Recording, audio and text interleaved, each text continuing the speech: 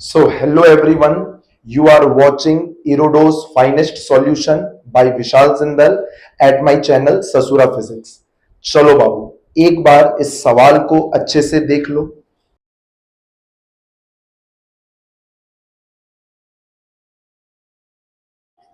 I hope बाबू तुम लोग एक बार इस वाले क्वेश्चन को अच्छे से पढ़ लिया होगा। बाबू क्या है ना, ये वाला क्वेश्चन फिजिक्स से ज्यादा मैथ्स का वेक्टर सॉल्विंग वाला क्वेश्चन है। एक बार इस क्वेश्चन को बहुत ध्यान से समझना। सवाल में क्या लिखा हम तुमको बता देते हैं बेटा। दो पॉजिटिव चार्ज है Q1 Q2, एक R1 वेक्टर पर एक R2 वेक्टर पर रखा हुआ है, और Q3 बता दिया है कि Q3 is a negative charge. तुमको Q3 का और कहीं इन दोनों के बीच में इस चार्ज को प्लेस करना है।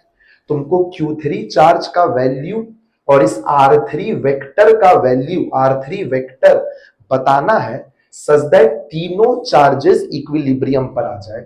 तो बेटा तीनों चार्जेस तुमको इक्विलिब्रियम पर चाहिए, तो बेसिकली अगर दो चार्ज भी इक्विलिब्रियम पर है तो तुम जानता है न्यूटन का तीसरा नियम से तीसरा चार्ज भी ऑटोमेटिकली इक्विलिब्रियम पर ही रहेगा।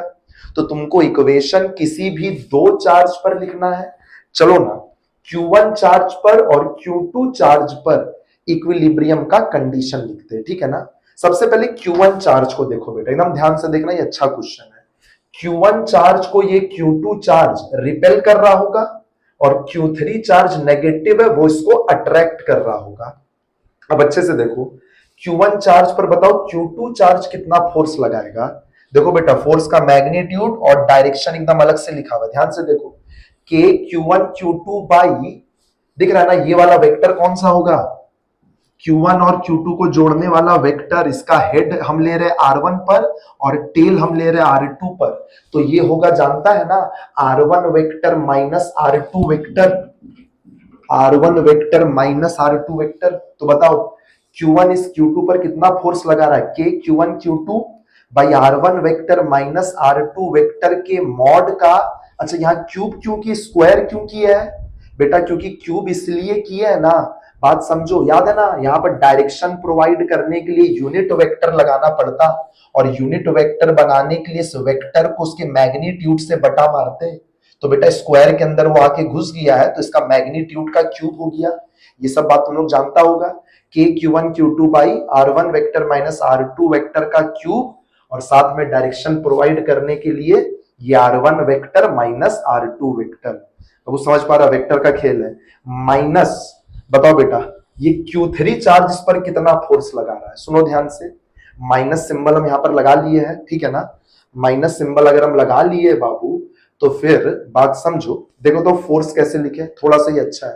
के Q1 Q3 by R1 vector minus R3 vector, समझ रहा, यानी कि ये वाला vector R1 vector minus R3 vector का cube into R1 vector minus R3 vector, वो डायरेक्शन प्रोवाइड कर देगा। और ये नेट फोर्स क्या है, जीरो है। एक तो ये इक्वेशन बना, और साथ में बेटा ये सेकंड इक्वेशन का बहुत काम आएगा, बात समझना।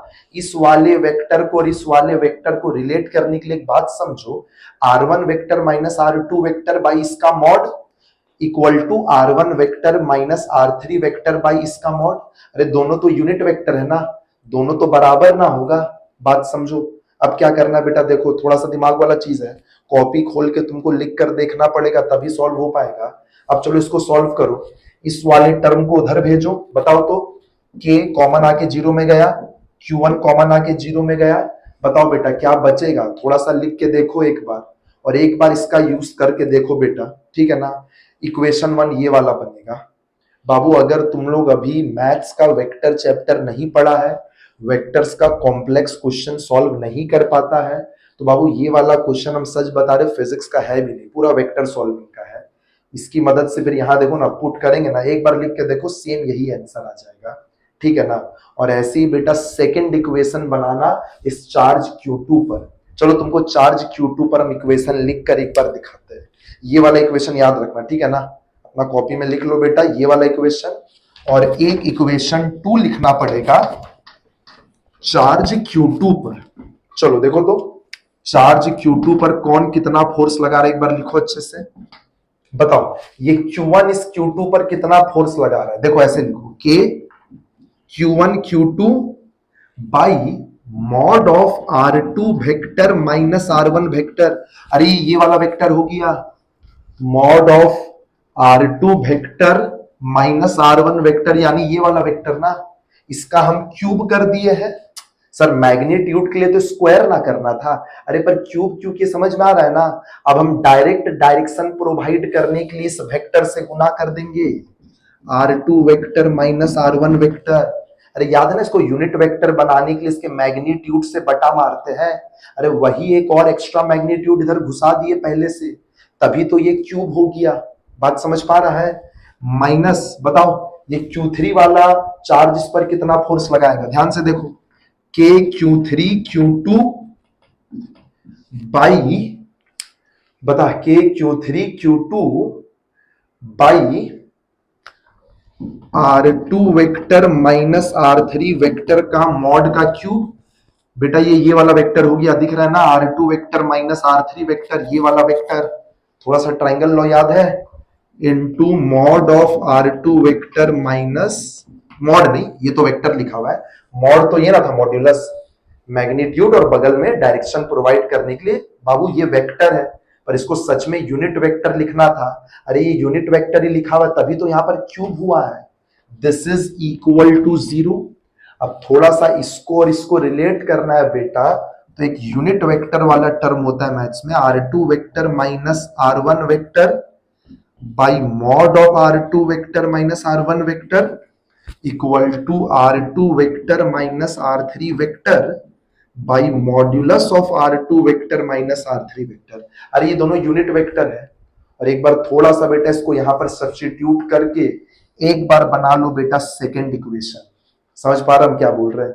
ये थोड़ा सा अच्छा क्वेश्चन है बाबू, बहुत संयम से इस क्वेश्चन को लेकर बैठना होगा, तब तुमसे आधा घंटा में 1 घंटा में पहली बार ये सवाल बनेगा, तब जाकर के तुमको बुझाएगा। एक बार इस सबको लिखो दो इक्वेशन को, और यहां पर अब इसका वैल्यू को यहां सब्स्टिट्यूट करो, एक बार तुम्ही को करके देखना पड़ेगा, एक सेकेंड इक्वेशन बनेगा। और बेटा दो इक्वेशन और दो अननोन है, कौन कौन? Q3 और R3 वेक्टर, दोनों का आंसर आ जाएगा। ठीक है ना बाबू? चलो tata bye bye, best of luck.